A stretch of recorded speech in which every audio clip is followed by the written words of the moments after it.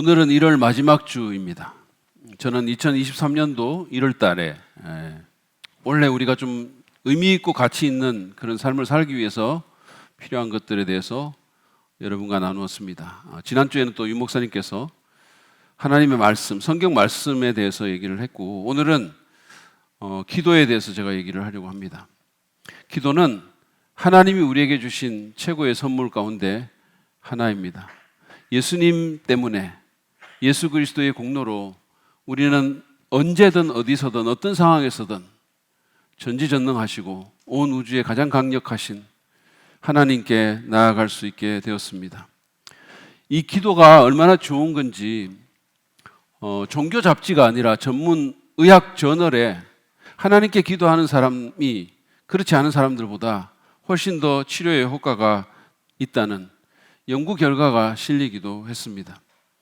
우리가 능력 있는 한 해를 보내려면, 지난해보다 더 나은 한 해를 경험하려면 우리는 더 기도에 헌신해야 합니다. 여러분, 예수님을 보십시오.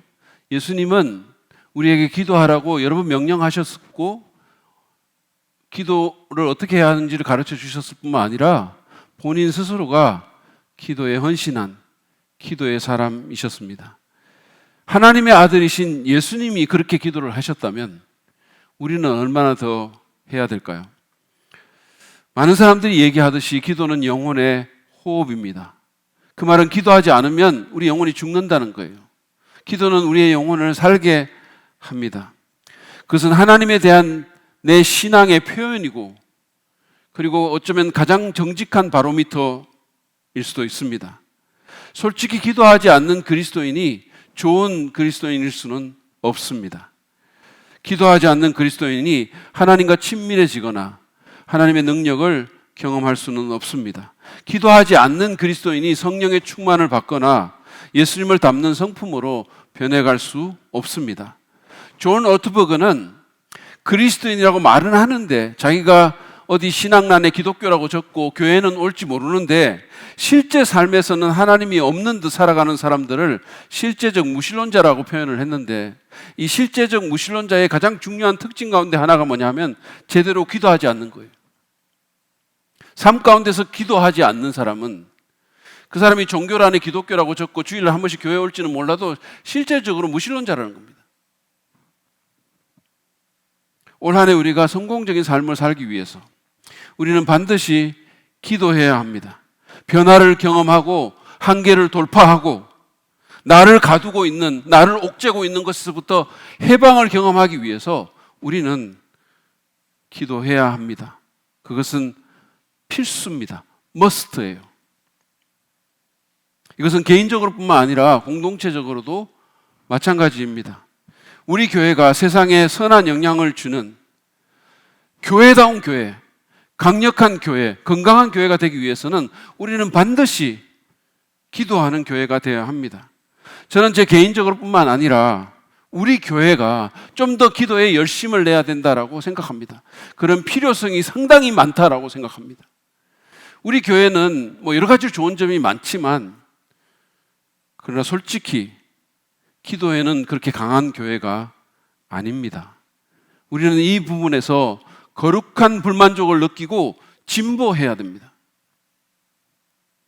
여러분 어떠신가요? 여러분은 기도에 진심이십니까? 요즘 젊은이들이 말하는 것처럼 정말 기도에 진심이세요? 말만이 아니라 정말로 기도하십니까? 기도의 능력을 믿고 또 경험하십니까? 저는 오늘 사도행전 12장 1절부터 11절의 말씀, 12절의 말씀을 통해서 하나님의 역사와 능력을 경험하는 기도가 어떤 기도인지, 우리가 어떻게 하면 정말 내가 갇힌 한계 상황을 돌파하고 나를 가두고 있는 그 문을 열어주는 그런 기도를 할 수 있는지 여러분과 더불어서 좀 생각해 보기를 원합니다. 먼저 본문의 얘기부터 잠깐 살펴보도록 하겠습니다.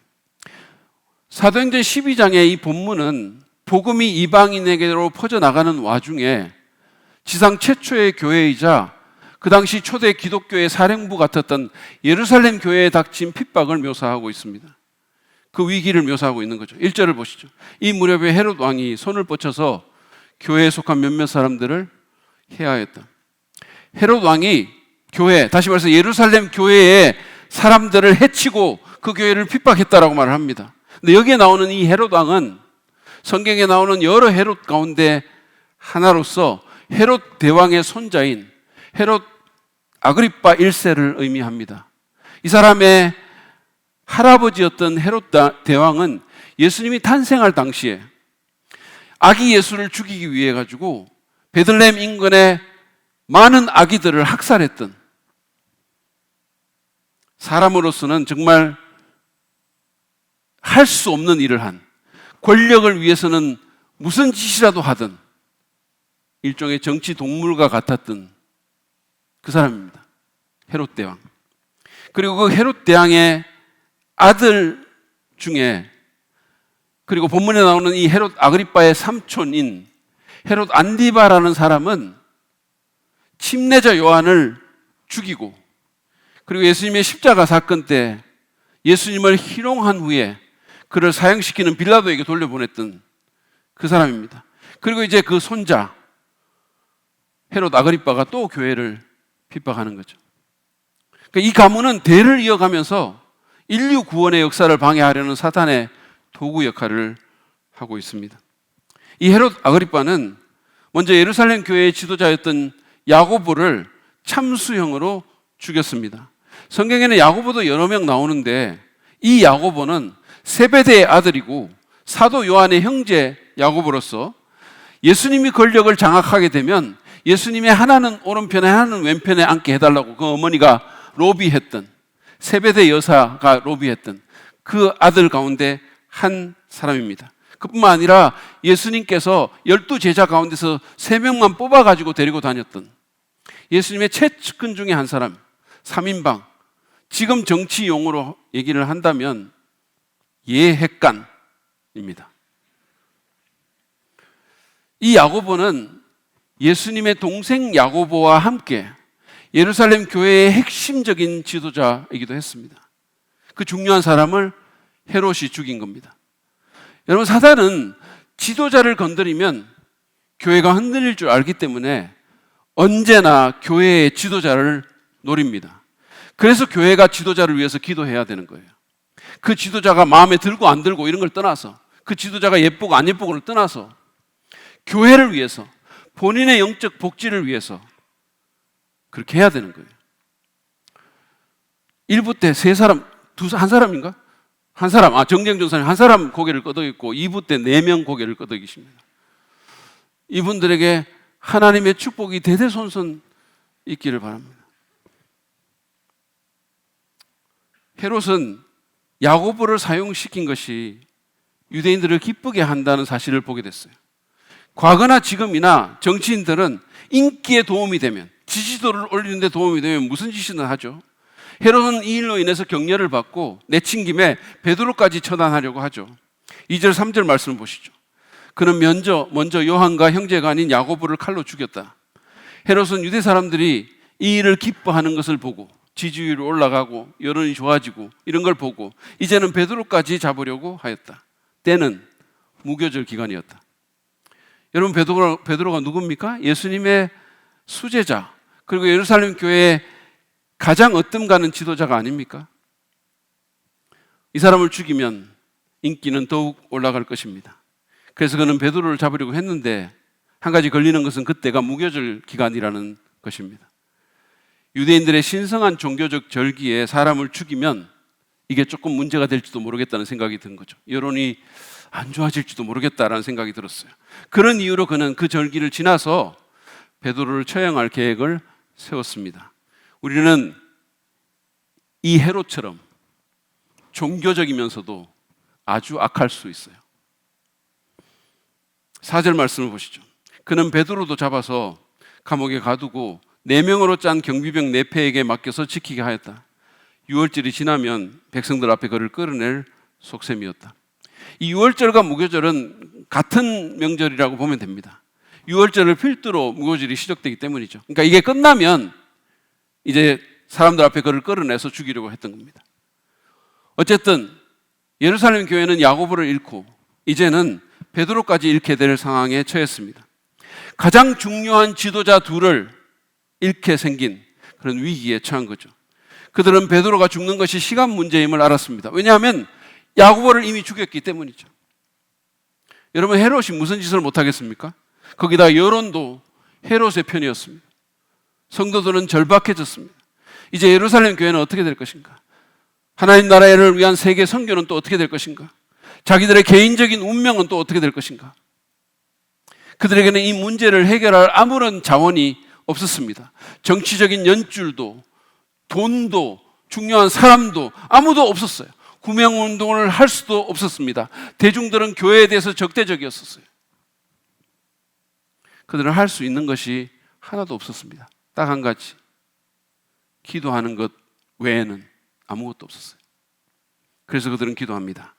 그들은 예수님께서 구하라 주실 것이요, 찾으라 찾을 것이요, 두드리라 열릴 것이요라는 그 말씀, 그 약속의 말씀을 기억하고 있었습니다. 그래서 그들은 무릎을 꿇고 손을 모읍니다. 5절 말씀 보시죠. 이렇게 되어서 베드로가 감옥에 갇히고 예루살렘 교회는 위기에 처하게 되고 교회는 그를 위하여 하나님께 간절히 기도하였다.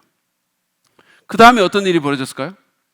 헤롯이 베드로를 처형하기로 정한 그 전날 밤에 하나님이 역사하시기 시작합니다. 베드로는 두 군인들 틈에서 두 개의 쇠사슬에 묶여 있었습니다. 같이 수갑을 찬 거죠.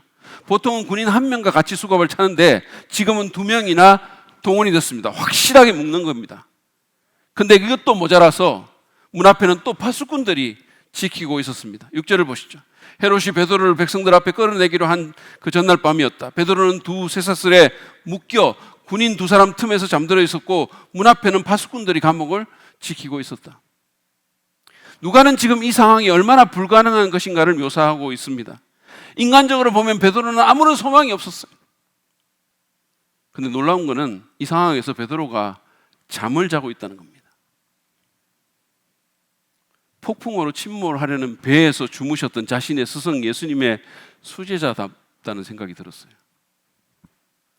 이거를 또 보면, 이런 말씀을 보면, 아, 내가 예수님을 닮아서 주일에 예배당에서 그렇게 잠을 자는구나, 이렇게 생각하시는 분이 있을지 몰라요. 지금도 그 예수님 닮은 모습을 보이는 분들이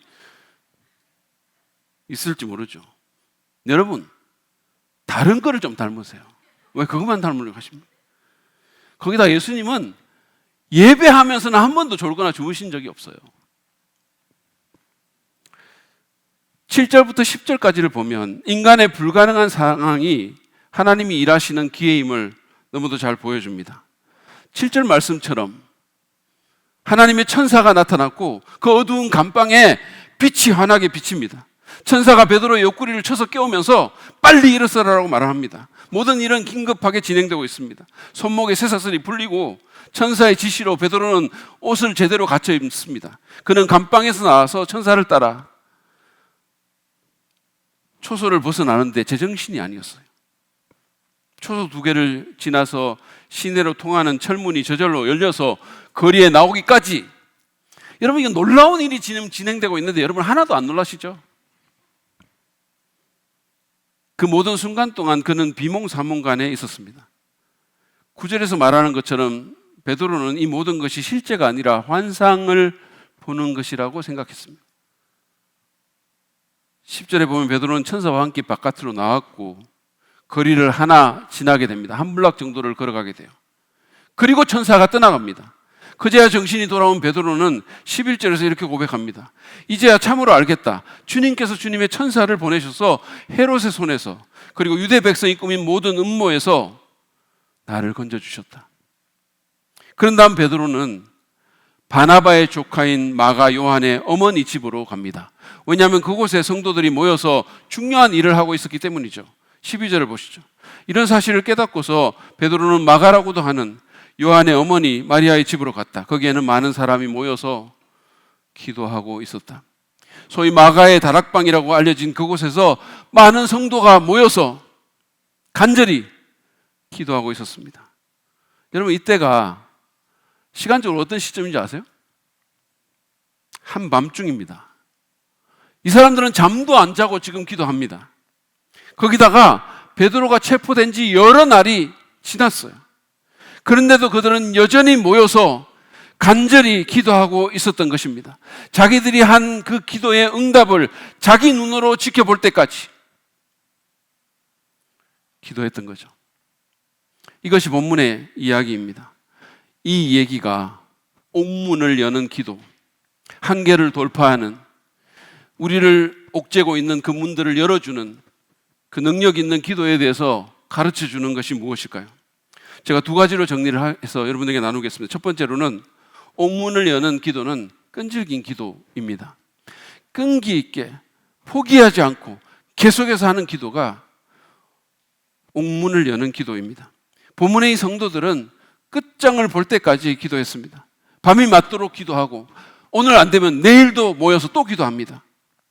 한 5분 기도하고 시계 보고 주위 둘러보다가 잠깐 눈 감았다가 눈 떴다가 그러고 일어서지 않았습니다. 하루 이틀 해보다가 이건 안 돼. 이건 완전히 그냥 불가능해. 이게 뭐 기도한다고 될 일이야? 그래서 포기하지도 않았습니다. 하나님께서 역사하실 때까지, 쇠사슬이 풀리고 옥문이 열릴 때까지, 그래서 기도의 응답이 자기들 눈앞에 나타날 때까지 그들은 기도합니다. 하나님은 그 끈질긴 기도를 우대하셨고 그 기도에 응답하신 겁니다. 삶의 다른 영역에도 그렇지만 기도에 있어서도 오늘 우리에게 현저히 부족한 것이 뭐냐면 끈기입니다. 우리는 너무 빨리 기도의 자리에서 벗어나는 경향이 있습니다. 기도의 자리에 30분도 못 앉아 있는 성도들이 너무 많은 거예요. 30분도 하나님 앞에 무릎을 꿇고 기도하지 못하는 그런 성도들이 한국교회에 너무 많습니다. 거기다가 조금 안 되면 그냥 포기하죠.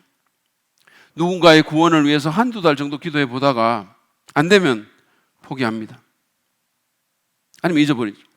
우리가 기도에 있어서 끈기를 발휘하지 못하는 것은 기도의 훈련이 안 되어 있기 때문이기도 하지만 여러 가지 문제로 자꾸만 우리의 주의가 흔들리기 때문이에요. 그래서 삶의 다양한 문제들을 만나면서 처음에 그 열정과 그 관심을 잃어버리는 경향이 있는 거예요. 그래서 얼마 가지 않아 그냥 그 기도가 아웃돼 버리는 거예요. 내 목록에서 사라지는 거예요. 지금부터 한 3개월 전쯤에 제가 리셋 느헤미야와 함께 다시 세우라라는 책을 출간을 했습니다. 제 15번째 책이에요. 책을 자꾸 하다 보니까 그런가 뭐 이런 생각이 드는데 어쨌든 그래도 책을 출간을 한 거죠. 아까 보셨죠? 빨간색, 이게 핫핑크인데 너무 이쁘지 않으세요? 근데 이 책을 출간을 하고 나니까 여러분들이 그래도 목사님 대박나기 기도합니다. 베스트셀러가 되는 그날까지 파이팅! 기도할게요! 이런 여러 가지 문자들이라는 말들이 제게 왔어요. 제가 한번 질문합니다. 지금 그 책이 잘 되도록 아직까지 기도하는 분 있으세요? 있으십니까? 한번 손 들어보세요. 그러니 어떻게 이 책이 베스트셀러가 되겠어요, 여러분? 이 책이 안 되면 다 여러분 탓이에요. 사실 농담이고 저도 안 합니다. 저도 요즘은. 제가 정말 이 책이 나올 때는 매일같이 기도했거든요. 하나님이 이 책을 쓰셔서 정말 이 같은 시기에 사람들에게 선한 영향력 끼칠 수 있도록 도와주세요. 매일같이 기도했어요. 지금은 일주일에 한 번 할까요? 제가 일부 때 보니까 우리 집 사람도 기도 안 하는 거예요. 이것 때문에 안 하는 거죠. 잊어버려요. 다른 여러 가지 일이 생기니까 잊어버리고 관심에서 벗어나게 되는 겁니다. 예수님은 늘 기도하고 낙심하지 말아야 한다면서 한 과부의 얘기를 하셨습니다. 그 과부는 자신의 권리를 찾아달라고 끈질기게 재판관에게 찾아가서 결국은 그것을 얻게 됩니다. 예수님은 이 얘기를 하시면서 그 끝에 하나님에게 밤낮으로 부르짖는 자의 기도를 들으시지 않겠냐고 그렇게 말씀하셨어요. 그렇습니다. 우리는 끈질기게 기도해야 합니다. 하나님께서 내게 주신 비전이 이루어질 때까지, 그분이 문을 열어주실 때까지, 내 배우자나 부모님이, 내 자녀가 구원받을 때까지, 내 자녀가 그 심령이 변화될 때까지 우리 가정이 믿음으로 설 때까지, 우리 부서와 목장과 교회가 복음 부흥을 이룰 때까지, 옥문이 열릴 때까지 포기하지 말아야 됩니다. 끈기 있게 기도하기 위해서 제가 몇 가지 팁을 공유를 하자면, 첫 번째는 우리가 기도 훈련을 좀 할 필요가 있어요. 여러분, 기도 쉬운 거 아닙니다. 영적인 훈련이 필요한 거예요. 예배도 훈련이 필요하고 기도도 훈련이 필요하고 훈련이 필요한 겁니다. 저절로 되는 거 아니에요. 5분, 10분부터 시작해서 하나님 앞에 앉아있는 훈련을 하는 거예요. 제가 어떤 목사님한테 들었는데 그 교회는 일부러 성도들 모아놓고 앉아있는 훈련한다고 그랬어요. 금요일 밤에 사람들 모아놓고 못 일어나게 하는 거예요. 30분 앉아있는 훈련. 마치 우리가 헬스장에 가서 아령 훈련할 때 5kg부터 들고 점점 늘려나가는 것처럼 기도 훈련해야 됩니다. 훈련하십시오. 5분부터 시작해서 10분, 15분 훈련하시기 바랍니다.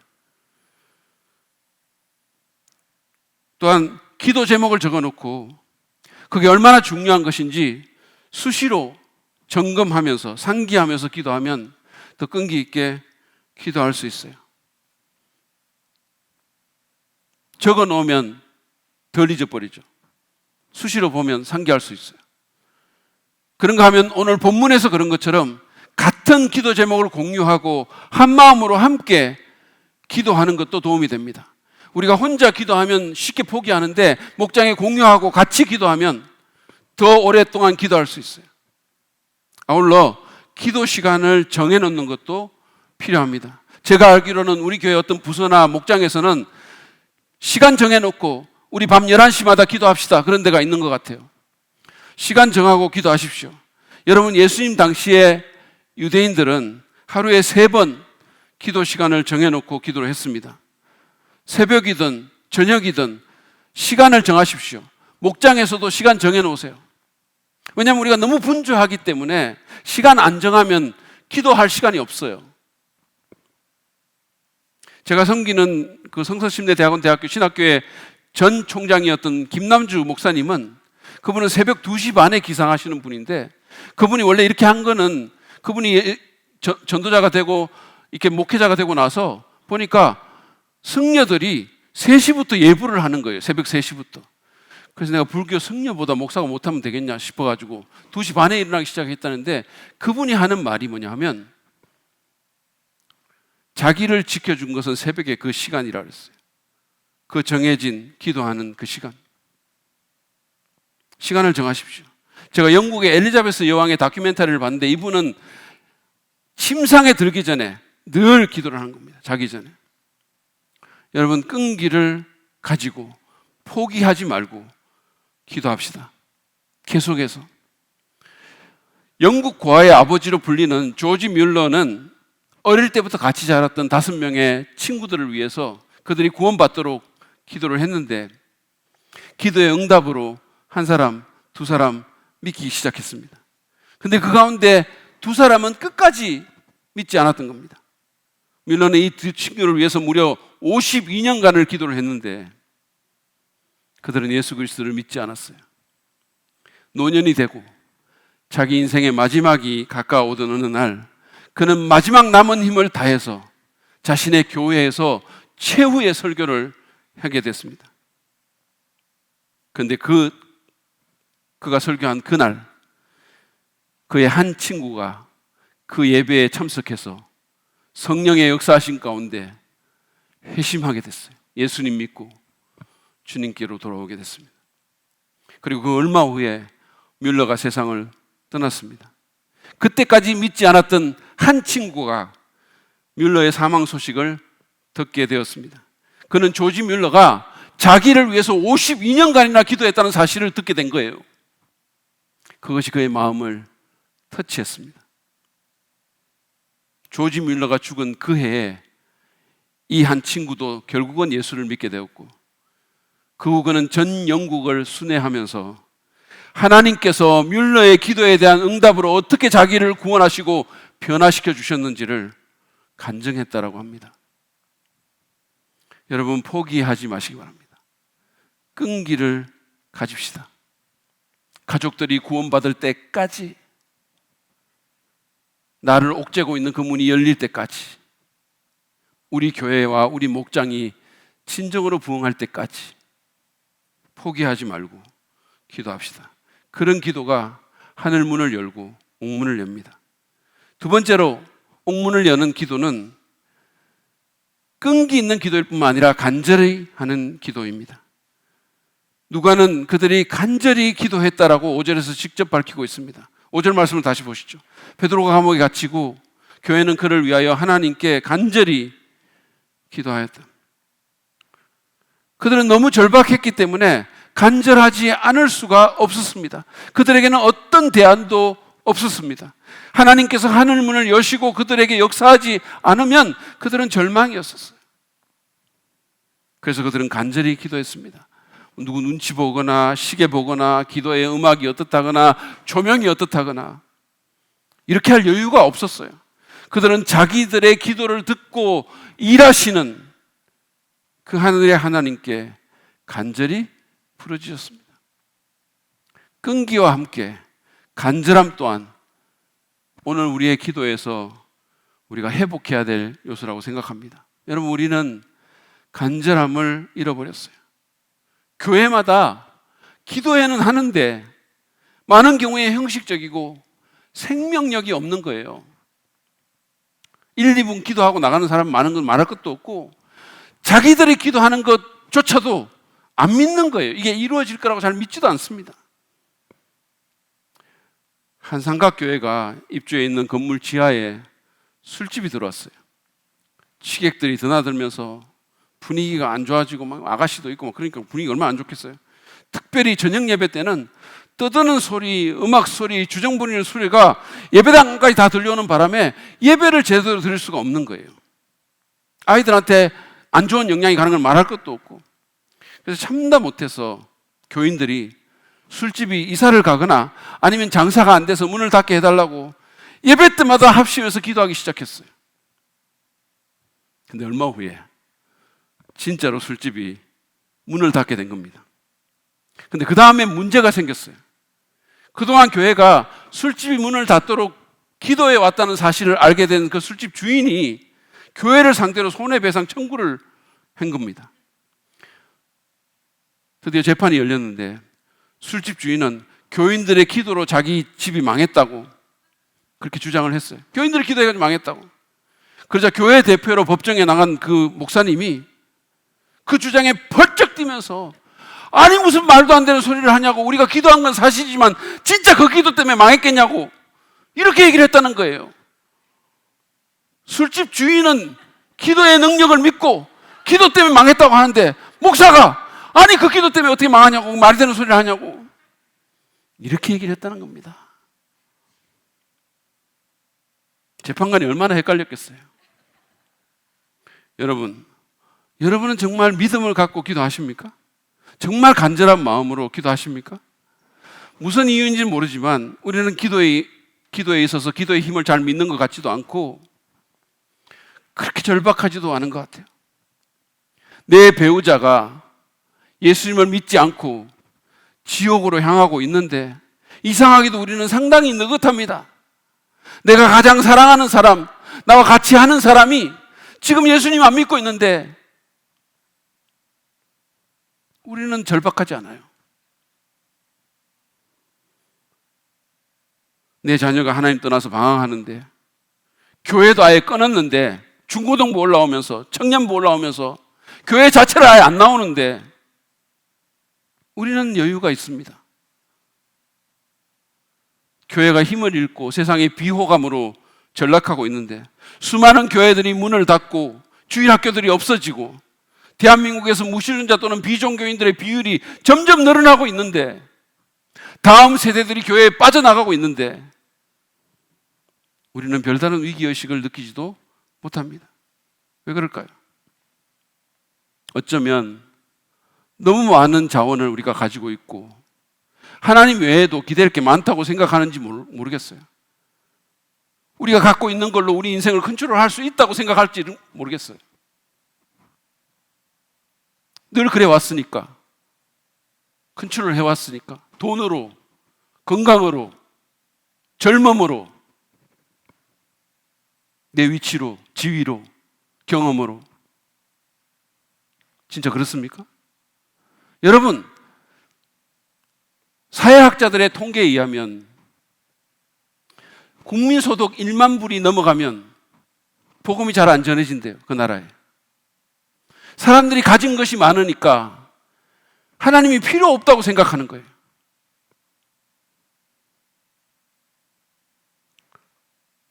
그래서 그로 인해서 마음이 높아지고 미혹을 당해서 우리가 얼마나 절박한 상황에 처해 있는지를 인식하지 못하는 것 같아요.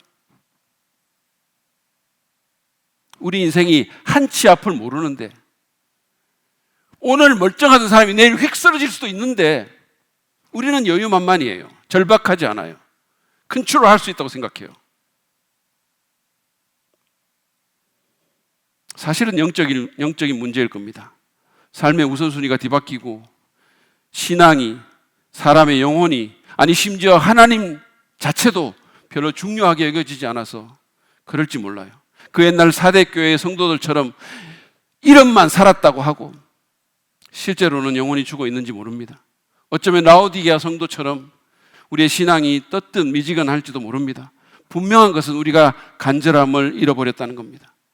우리는 간절함을 회복해야 합니다. 하나님이 도와주시지 않으면 우리는 솔직히 살아갈 수조차 없어요. 박진영 씨가 언젠가 TV에 나와가지고 말한 것처럼 우리는 우리의 심장 박동 하나도 컨트롤할 수 없어요. 하나님이 그거를 멈추시면 그냥 멈춰지는 거예요. 그게 우리입니다. 우리 그렇게 대단한 존재 아닙니다. 우리는 우리의 교만을 내려놓아야 합니다. 우리의 한계 상황, 우리가 얼마나 보잘것없는 존재인가를 인식해야 합니다. 그럴 때 우리는 간절해질 수밖에 없습니다. 여러분, 보통 사람이 암과 같은 치명적인 질병에 걸리면 그러면 간절해지죠. 의사 선생님 말도 잘 듣고 어깨에 힘도 빠지고 생전 기도하지 않던 사람도 그런 일이 생기면 눈물로 기도도 합니다. 왜 그럴까요? 자신의 한계를 깨닫기 때문이에요. 절박해졌기 때문입니다. 그래서 별 어려움 없이 늘 성공만 하는 인생이 사실은 축복이 아닐 수 있는 거예요. 우리는 어리석어서 뭐가 잘 되면 내가 잘나서 그런 줄 알고 목에 힘이 들어가고 마음이 높아지고 교만해지기가 너무 쉽습니다. 그래서 하나님을 간절히 찾지 않습니다. 목마른 사슴이 신의 문을 찾도록 갈급함 같은 그런 갈급함을 잃어버리는 거예요. 그러니 늘 평탄하고 잘 나가기만 하는 인생이 때로는 저주가 될 수도 있는 거예요. 그게 혹시 어려움 가운데 있으십니까? 축하합니다. 그것은 간절함이라는 선물을 얻을 수 있는 절호의 기회입니다. 여러분, 돈도 현대 문명도 첨단 기술도 병원도 학교도 정치도 할 수 없는 것이 있습니다. 하나님만이 하실 수 있는 것이 있습니다. 삶의 진정한 의미와 가치는 하나님만이 주실 수 있습니다. 그분만이 우리 마음의 병을 고칠 수 있고 우리의 배우자나 자녀나 부모님을 구원하실 수 있습니다. 하나님만이 우리 자녀의 마음을 돌이킬 수 있고 우리 가정을 지킬 수 있습니다. 그분만이 우리의 모나고 이기적이고 못된 성품을 예수님답게 만들 수 있습니다. 그분만이 성령을 통해 죄를 이길 수 있는 능력을 주실 수 있습니다. 기억하십시오. 우리 개인과 가정과 교회의 미래는 전적으로 하나님께 달려 있습니다. 전적으로. 우리 교회의 진정한 부흥은 하나님만이 이루실 수 있는 거예요. 여러분, 사람 많이 모이게 하는 거야. 누구든 할 수 있겠죠. 좀 능력 있는 사람들이 무슨 마케팅 기술 해가지고 연예인들도 그렇게 하잖아요. 수많은 사람들 모으잖아요. 그게 부흥입니까? 그런 건 사람도 할 수 있어요. 그러나 정말로 우리의 심령을 변화시키고 우리를 회개케 만들고 높았던 사람이 낮아지게 하고 우리 자녀들이 주님께 돌아오는 진정한 부흥은 하나님만이 하시는 거예요. 우리는 아무것도 못합니다. 정말로 중요한 일에 관한 한 우리는 할 수 있는 게 없어요. 그래서 우리는 절박한 상황에 있습니다. 하나님이 도와주시지 않으면 우리는 절망이에요. 그러면 우리는 간절하게 기도해야 됩니다. 그런 기도가 옥문을 열 뿐만 아니라 하늘 문을 여는 기도임을 우리가 인식하면서 하늘을 향해 두 손을 들고 겸손하게 간절하게 절박하게 기도해야 합니다. 위대한 전도자요 부흥사였던 빌리 그레이엄 목사님에게 누군가가 목사님, 그리스도인으로서 또 전도자로서 사역자로서 만약에 다시 시작하신다면 무엇을 다르게 하시겠습니까? 라고 물었어요. 당시 90이 넘었던 노 전도자가 3가지를 다르게 하겠다면서 이렇게 말했습니다. 첫째, 나는 더 기도할 것입니다. 둘째, 나는 더 기도할 것입니다. 셋째, 나는 더 기도할 것입니다. 여러분, 전 세계에서 22억 명의 사람들에게 복음을 전하고 수천만 명을 예수님께 인도한 주의 위대한 종이 그렇게 말했다면 우리는 얼마나 더 기도해야 하겠습니까? 다행히 지금은 새해의 첫 달이고 우리에게는 기도할 더 많은 날들이 남아 있습니다. 그러므로 각오를 새롭게 하고 기도의 자리로 나아갑시다. 2월 6일부터 시작될 온라인 새벽 기도에 여러분 적극적으로 참여해서 기도합시다. 여러분의 미션으로 삼으시기 바랍니다. 내가 지금부터라도 새벽에 6시에 새벽을 깨우고 일어나서 기도하며 하루를 맞겠습니다. 함께 기도하겠습니다. 기도함으로 돌파하겠습니다. 중보기도 사역 훈련 받으십시오. 중보기도 사역자로 헌신하신 분들은 더 충성되게, 더 신실하게 그 자리로 나가십시오. 나중에 후회하지 않도록 지금 시간이 있을 때 기도합시다. 여러분, 우리 힘으로는 안 됩니다. 내 의지와 능력과 경험과 지식만으로는 제대로 살 수도 사역할 수도 없습니다. 그러므로 기도합시다. 더 끈질기게, 더 간절히 기도하도록 합시다. 우리의 옥문을 여실 수 있는, 우리의 한계사항을 돌파하게 하실 수 있는, 우리 삶의 의미와 가치를 제공하시는, 우리 자녀들을 돌이키시는 그 하나님께 무릎을 꿇고 손을 들고 기도합시다. 옥문이 열릴 겁니다. 쇠사슬이 벗겨질 겁니다. 하나님께서 하늘문을 여시고 은혜를 주시고 내 한계사항을 돌파하게 하실 것입니다. 끈질기고 간절한 기도로 올 한 해 하나님의 능력을 경험하는 저와 여러분 모두가 되기를 간절히 바라며 축복합니다.